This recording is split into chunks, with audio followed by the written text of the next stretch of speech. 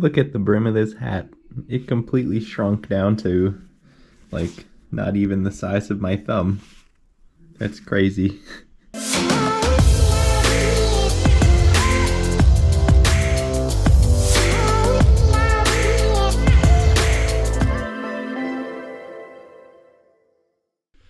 Hey guys, how's everyone doing today?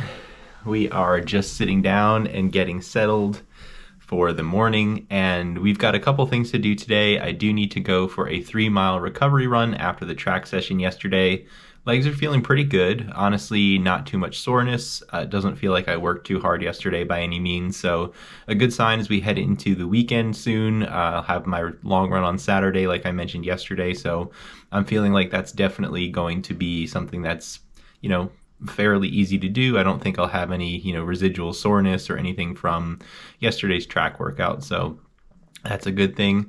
We've got some other exciting things to show you that came in the mail. We've actually got this kind of like a walking treadmill that actually Megan wanted to use it. She likes to walk inside while watching TV.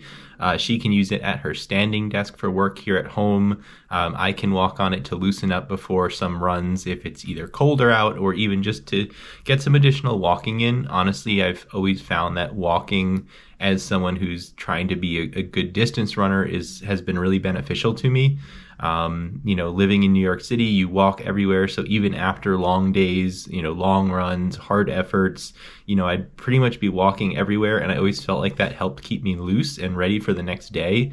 So now, being here, I don't have as much walking that I do on a regular basis, but I can get in a good amount of walking just, again, standing at home, watching TV, hanging out, things like that. So it's kind of a cool thing to have.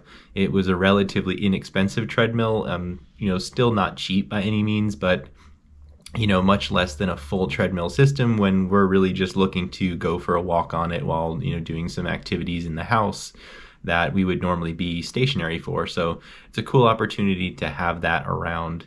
But nonetheless, we'll talk about that in a little bit. For now, I got to get myself ready for the day. And we'll check back in when I get outside for my run.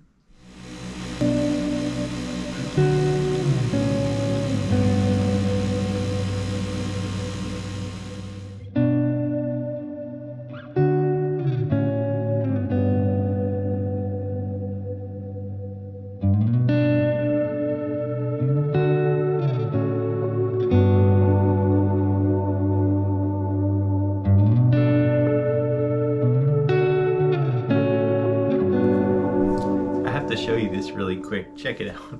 I accidentally put this running hat in the dryer, and I always put the hats in the wash. I feel like generally you can do that, especially if I'm sweating in it on a pretty regular basis. But look how small the brim became when I accidentally put it in the dryer. This is the same hat, actually, same size and everything. You can see the difference, I think. Let me line them up. That's how much smaller the brim became on this hat. Just crazy. So yeah, don't put your running hats in the dryer. You could definitely wash them, but don't put them in the dryer because it completely ruins them, and this thing is pretty much useless now. Oh well. Alright guys, so we're headed out to a little waterfront trail right now just to get our easy 3 miles in. I'm going to do my best to really truly make this an easy run, really focus on making sure that it's a recovery effort. We've got another long run for our next run, and yesterday was our track session, so not a lot of time to squeeze in just some easy miles, and that's really what I want to do today. On another note, I was able and lucky enough to get my hands on a pair of the Nike Streak Fly. I think that's what they're called. I put a picture up on your screen now.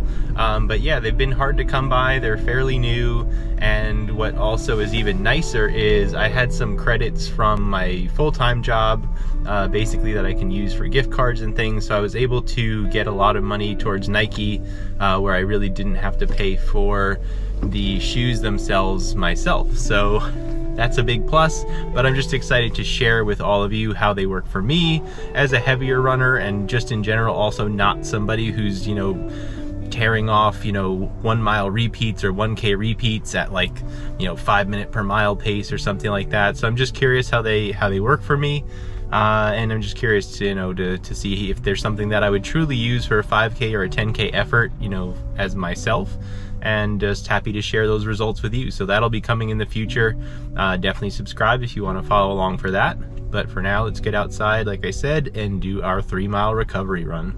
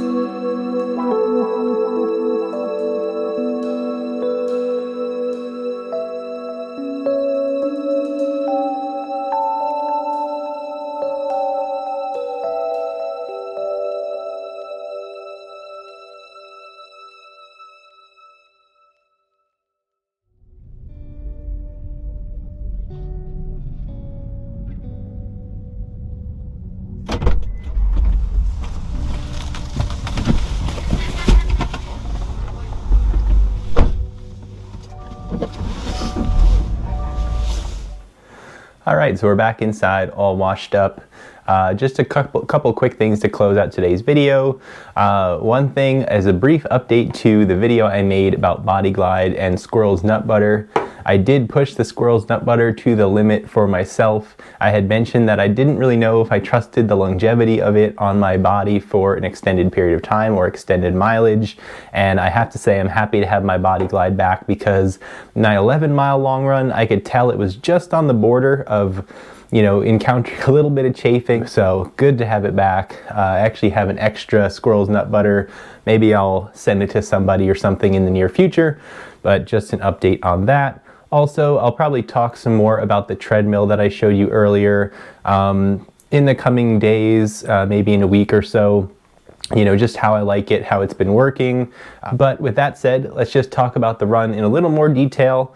Those of you who've been following along know that I love a good progression run, but today was just trying to be nice and steady. I had mentioned the pace was right around 9:57 per mile.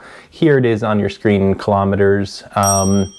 But yeah, overall just super steady. First mile 10:01, second mile 9:58, third mile 9:52.